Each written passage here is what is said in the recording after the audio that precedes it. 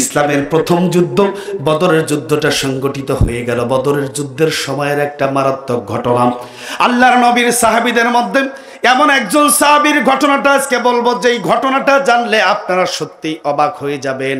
একজন সাহাবীর জীবনে এমন কিছু ঘটতে পারে, বিশ্বনবী সাল্লাল্লাহু আলাইহি সাল্লাম তারপরেও একজন সাহাবীকে এভাবে গ্রহণ করতে পারে। আওয়াজ দিয়ে বলুন আল্লাহু আকবার।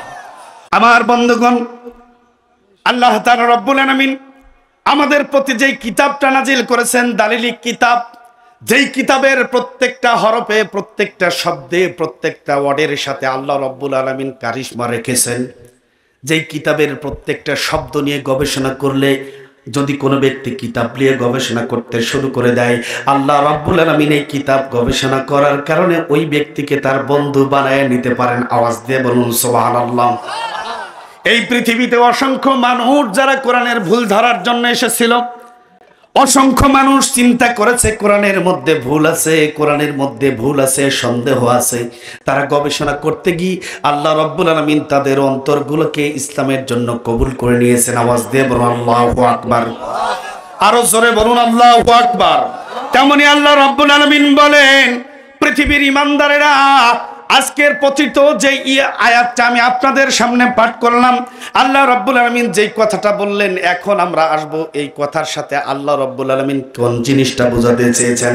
আল্লাহ রাব্বুল আলামিন পৃথিবীতে বিশ্বনবী সাল্লাল্লাহু আলাইহি সাল্লামকে বললেন, হে নবী, কুল, হে রাসূল, আপনি বলে দিন, লিল্লাযিনা কাফারু, যারা কুফরি করেছে, কাফের অর্থাৎ যারা আমার বিধানকে অমান্য করেছে, অমান্য করে, ওই মানুষগুলোকে আপনাকে জানায় দিন, যদি তারা এই বাণীটা শোনার পর আপনার দাওয়াতটা পাওয়ার সঙ্গে সঙ্গে যদি তারা সেই কুফরি কাজটাকে বন্ধ করে দেয়, আপনার দাওয়াতটা পাওয়ার সঙ্গে সঙ্গে যদি তারা চিন্তা করে আমার জীবন থেকে সকল প্রকার কুফরি কাজগুলোকে আমি বন্ধ করে দেব, তাহলে আমি আল্লাহ ঘোষণা করতেছি ওই ব্যক্তিদের অতীত জীবনের সকল গুনাহগুলোকে আমি মাফ করে দিয়ে তাদেরকে জান্নাতি হিসাবে কবুল করব। আওয়াজ দিয়ে বলুন সুবহানাল্লাহ। আমাদের জীবনের মধ্যে যাদের ভুল ত্রুটি আছে, থাকতে পারে না? আওয়াজ করে বলুন, থাকতে পারে নাকি পারে না? আপনারা তো আমার এলাকার মানুষ, আমি আপনাদের সন্তান, কথাটা বুঝেন। কিন্তু আপনারা আমার এলাকার মানুষ আর আমি আপনাদের সন্তান, তাহলে কি হইল? কিছু হইল কি? বাবাই গেছে শ্বশুর বাড়ি, মায়ে গেছে তার বাপের বাড়ি, আমি গেছি আমার নানার বাড়ি, যাই দেখি মোট এক জায়গায়, ঠিক না? আমাদের কন্ডিশন তো ঠিক থাকে, ঠিক কিনা? এই জন্য আমরা কি খুব বেশি দূরের মানুষ? খুব বেশি দূরের মানুষ কি? খুব বেশি দূরের মানুষ না, অতি নিকটের মানুষ আমরা। কথা বলেন ঠিক না বেটি? আল্লাহ রাব্বুল আলামিন যেই কথাটা বলছেন, সাহাবায়ে কেরামের জীবনে দেখেন এর বাস্তব প্রতিফলনটা কেমন। বিশ্বনবী রাহমাতাল লিল আলামিন যখন সাহাবায়ে কেরামের সামনে কোরআনের বিধানগুলোর দাওয়াত প্রদান করতে শুরু করতেন, কোরআনের আয়াতগুলোকে তেলাওয়াত করতেন, সাহাবায়ে কেরাম সেই আয়াতগুলো এত হৃদয় দিয়ে তারা গ্রহণ করতেন, একটা আয়াতকে নিজের জীবনে বাস্তবায়ন প্রতিফলন না ঘটানো পর্যন্ত তারা অপর আয়াত নিয়ে চিন্তা ভাবনা পর্যন্ত করতো না। আওয়াজ দিয়ে বলুন সুবহানাল্লাহ। ঘটনাটা সেই সময়ের, যখন বিশ্বনবী সাল্লাল্লাহু আলাইহি সাল্লাম চতুর্দিক দিয়ে ইসলামের দাওয়াতগুলো প্রদান করছেন, ইসলামের দাওয়াত দিচ্ছেন। দাওয়াত দিতে গিয়ে যখন মুসলমানরা আস্তে আস্তে করে বৃদ্ধি পাইতে শুরু করলো, মক্কার কাফের মুশরিকরা সেইটা সহ্য করতে পারল না। ইসলামের প্রথম যুদ্ধ বদরের যুদ্ধটা সংগঠিত হয়ে গেল। বদরের যুদ্ধের সময়ের একটা মারাত্মক ঘটনা, আল্লাহর নবীর সাহাবীদের মধ্যে এমন একজন সাহাবীর ঘটনাটা আজকে বলবো, যেই ঘটনাটা জানলে আপনারা সত্যি অবাক হয়ে যাবেন। একজন সাহাবীর জীবনে এমন কিছু ঘটতে পারে, বিশ্বনবী সাল্লাল্লাহু আলাইহি সাল্লাম তারপরেও একজন সাহাবীকে এভাবে গ্রহণ করতে পারে। আওয়াজ দিয়ে বলুন আল্লাহু আকবার। ওয়াহশী ইবনে হারব রাদিয়াল্লাহু তাআলা আনহু এর জীবনের ঘটনা বর্ণনা করব, যেই ঘটনার কথাগুলো ওয়াহশী নিজেই বর্ণনা করেছেন।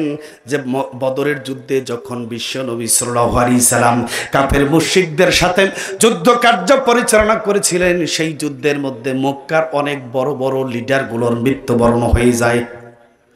মক্কার অনেক বড় বড় লিডারগুলোর মৃত্যু হয়ে যায়। সেই জায়গায় মৃত্যু হওয়ার পর তার একজন অর্থাৎ তিনি একজনের বাড়িতে দাস হিসেবে কাজ করেছেন, সেই দাসের একজন চাচা মৃত্যুবরণ হয়ে যায় বদরের যুদ্ধের প্রান্তরে।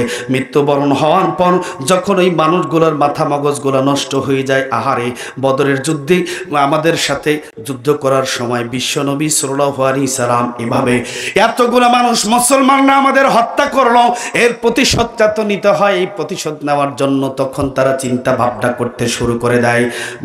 ওয়াহশী নিজেই বলেন যে আমি জুবাইর ইবনে মুতঈমের কৃতদাস ছিলাম। জুবাইর ইবনে মুতঈম নাম কি? জুবাইর ইবনে মুতঈম। ওয়াহশী রাদিয়াল্লাহু তাআলা আনহু তখন ইসলাম গ্রহণ করে নাই। ওয়াহশী বলছে আমি জুবাইর ইবনে মুতঈমের কৃতদাস ছিলাম। এই জুবাইর ইবনে মুতঈমের চাচা বদরের যুদ্ধ নিহত হয়ে যায়। নিহত হওয়ার পর শুধু সেই নয়, আরো অনেকগুলো অসংখ্য মানুষ নিহত হয়ে যায়। নিহত হওয়ার পর তখন তারা তেলে বেগুনে জ্বলে ওঠে এবং তারা একাধারে বিশ্বনবী সাল্লাল্লাহু আলাইহি সাল্লামের চাচা হামজা ইবনে আব্দুল মুত্তালিবের হাতে ওই জুবাইর ইবনে মুতঈমের চাচাটা হত্যা হয়, অর্থাৎ নিহত হয়। তার প্রতিশোধ দেওয়ার জন্য তেলে বেগুনে জ্বলে ওঠে। আর যখন ওয়াহশী রাদিয়াল্লাহু তাআলা আনহু ইসলাম গ্রহণ করার পূর্বে জুবাইর ইবনে মুতঈমের দাস ছিল, কৃতদাস ছিল, তখন তিনি এই বিষয়টা নিয়ে চিন্তা করতে থাকে। চিন্তা করতে করতে হঠাৎ করে জুবাইর ইবনে মুতঈম যখন তার উহুদ যুদ্ধের প্রস্তুতি গ্রহণ করছেন যে আব্দুল্লাহর পুত্র মুহাম্মদকে এবং হামজাকে চরম একটা শিক্ষা প্রদান করা লাগবে, যেই শিক্ষার মাধ্যম দিয়ে আমরা বুঝিয়ে দেব যে মক্কার কুরাইশ বংশের এই মানুষগুলো কত বড় শক্তিশালী। আওয়াজ দিয়ে বলুন নাউযুবিল্লাহ। মক্কার কাফের মুশরিকেরা তখন বলতেছে আমরা আরেকটা যুদ্ধের মাধ্যম দিয়ে জানিয়ে দেব আব্দুল্লাহর পুত্র মুহাম্মদ কত বড় শক্তি অর্জন করেছেন, আর ওই হামজা ইবনে আব্দুল মুত্তালিব কত বড় শক্তি অর্জন করেছে যে আমার গুণধর ভাইকে সে হত্যা করে ফেলল। তখন সৈন্য সামন্ত বিভিন্ন দিক থেকে সংগ্রহ করার কাজ করছে। জুবাইর ইবনে মুতঈম সহ দায়িত্বপ্রাপ্ত আবু সুফিয়ানের নেতৃত্বে উহুদ যুদ্ধে যেই দলটা বাহিনীটা প্রেরিত হবে, সৈন্য বাহিনী বিন্যাসের কাজ চলছে। বিভিন্ন গোত্র থেকে থেকে তারা সৈন্য সামন্তগুলো জোগাড় করছে, বিভিন্ন তীরন্দাজ জোগাড় করছে। এইভাবে যোদ্ধাগুলোকে যখনই জোগাড় করতে শুরু করে তখন এই ওয়াহশী রাদিয়াল্লাহু তাআলা আনহু তখনও ইসলাম গ্রহণ করে নাই।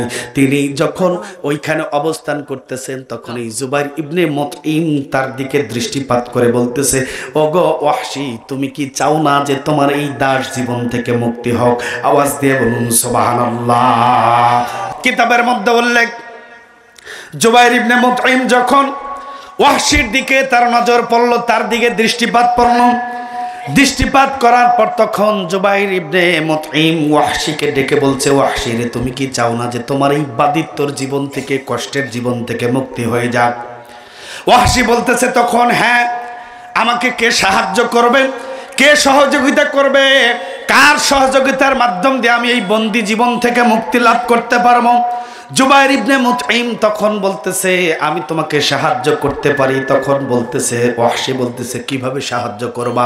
তখন বলতেছে যে আমার চাচাকে হামজা ইবনে আব্দুল মুত্তালিব হত্যা করেছে, বদরের যুদ্ধে হত্যা করেছে। আমার চাচার পরিবর্তে যদি তুমি ওই হামজাকে হত্যা করতে পারো, আমার চাচার রক্তের পরিবর্তে যদি এই প্রতিশোধটা তুমি গ্রহণ করতে পারো, তাহলে আমি তোমাকে চিরজনমের মতো এই বন্দীবাদী অর্থাৎ এই দাসের জীবন থেকে তোমাকে আমি মুক্তি দিয়ে দেব। আওয়াজ দিয়ে বলুন নাউযুবিল্লাহ।